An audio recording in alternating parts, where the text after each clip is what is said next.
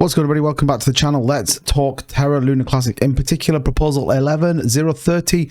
We need to discuss that in a little bit of detail and some big news that's landed today, which is very, very good news for Terra Lunar Classic. We'll take a look at the price and everything else in this video. So do me a favor, smash the like button, subscribe to the channel, all of that good stuff. Now, taking a look at the global market, we saw a move 2% up on the back of that 7.1% CPI data. We expected 7.3 and we got 7.1. Now, we do have the FOMC meeting tomorrow, which we're expecting 50 basis points. Now, craziness, we could get 0 or 25, which would be incredibly bullish for the market, and I would expect a pretty strong move. $867.17 billion is our current market cap. You can see Bitcoin and Ethereum having strong moves, and you can see here BTC dominance 39.3. That is a massive move. Now remember, Bitcoin and Ethereum move first, altcoins tend to move afterwards. Now as we come down, you can see everyone having a pretty good run of the LUNC right now, with a lot of green out there. We did have a pretty hard day yesterday where we thought the market priced in the potential of a bad CPI data, but you can see Terra Lunar Classic currently still ranked the 40th largest cryptocurrency. Volume still up 2.5% on yesterday. So remember, for this monthly Binance burns that for some reason people think is going to stop, we know that Binance has committed and come out and said they're going to keep supporting it, and equally the dates are on their website. $83.7 million worth of volume through Terra Lunar Classic in the last 24 hours, and we just are holding on to that $1 billion market cap, albeit by $3.6 million. Our supply continues to come down. I'm going to tell you a little bit about why that is, but 5.9 trillion is where our supply is. We say it like it's nothing. Ultimately, there is still a long way to go with the supply. Now, looking at the chart, it's exactly trending like we thought it would. We even dipped out of the channel and then came straight back in. Currently trending 16.808. Like I say, down just 1.46 on the day for this one. We'll see what that candle, well, the candle looks like it will mint red, and then we'll see what happens with the green. I would expect a strong green candle. Now, we saw ETH do something very similar and then have a massive run on today. So I'm expecting Luna to do something very, very similar. You see RSI is trending. Everything seems set and ready for Luna to make a breakout. Now, what we do need, though, is strong catalysts, and we need a sentiment to support that. Now, when we come over to Rebel Station, we can see a couple of important points.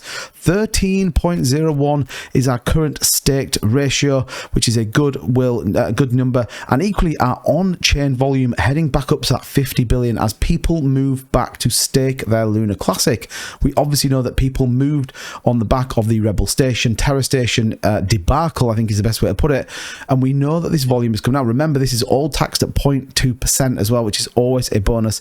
Actually, for the total, we could even see it move to up to 14, maybe even 15% on the staking ratio. Ultimately, like we said, just solidifies the project on there, but a good move in terms of volume sitting on there. So let's get into this one, the 11030, the separation of Rebel Station from TFL backend infrastructure and assets. Now, I talked a little bit about this in a previous video, particularly the fact that they are just UI protocols to allow you to interact with the blockchain. We need to remember that actually you don't have anything stored on Terra Station or on Rebel Station. I do think that's an important point to reference, particularly if there's anyone new in the space or anyone that's maybe not comfortable with Terra Station or familiar with it. They are merely a window into the blockchain in which everything is stored. Remember, this is digital currency, so it's all stored on the blockchain. So all you need is a UI to interact fundamentally with that. Now, what does 11030 talk about?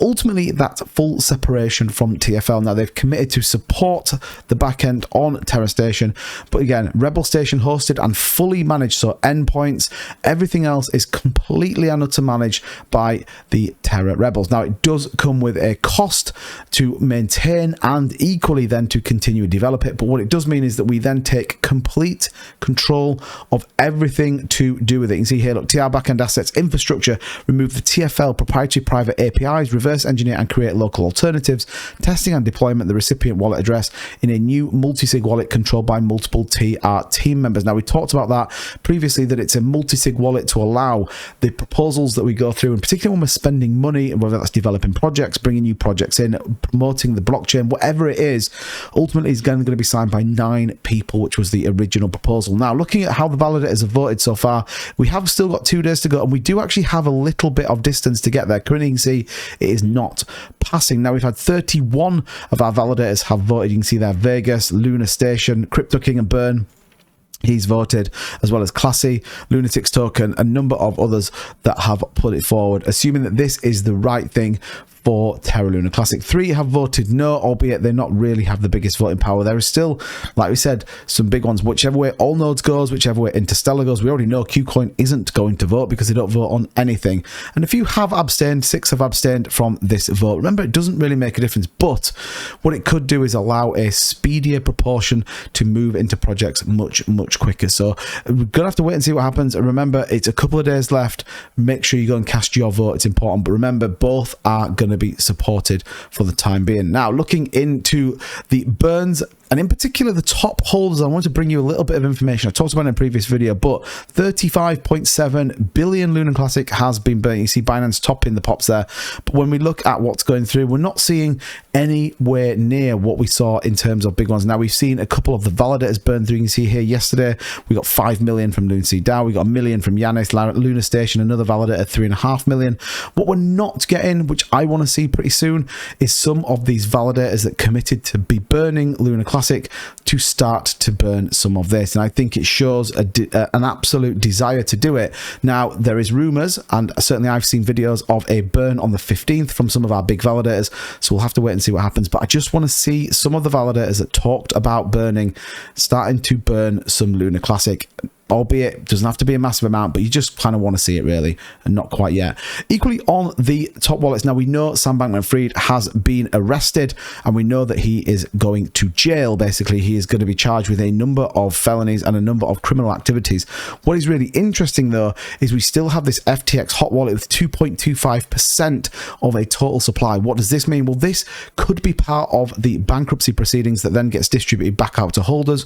The question is going to be, what do those holders do with it? Do they sell it, or do they move it into Terra Station? 2.25% of the entire supply currently sitting in that hot wallet, and likewise in this FTX deposit wallet of 0.14%. So a big number. And as that court case and kind of legal activity moves on, it could be very interesting to see what happens. It'd be great to remove some of this supply, or even get this supply staked over on Terra Luna Classic. We know the community pool continues to grow at 2.09 billion. Oracle pool, though, we do need to start to top up. I know there's a couple of proposals that are going in there, but let me know what you think of this. Are you a Rebel Station, Terra Station, and how do you feel about the SBF FTX hot wallets? Do you think that should be distributed back out, or do you think it should be staked? As ever, don't forget to subscribe to the channel to keep up to date with everything going on in the world of Terra Luna Classic and cryptocurrency. Thank you so much for watching. Leave a like on the video, and I'll see you guys in the next one.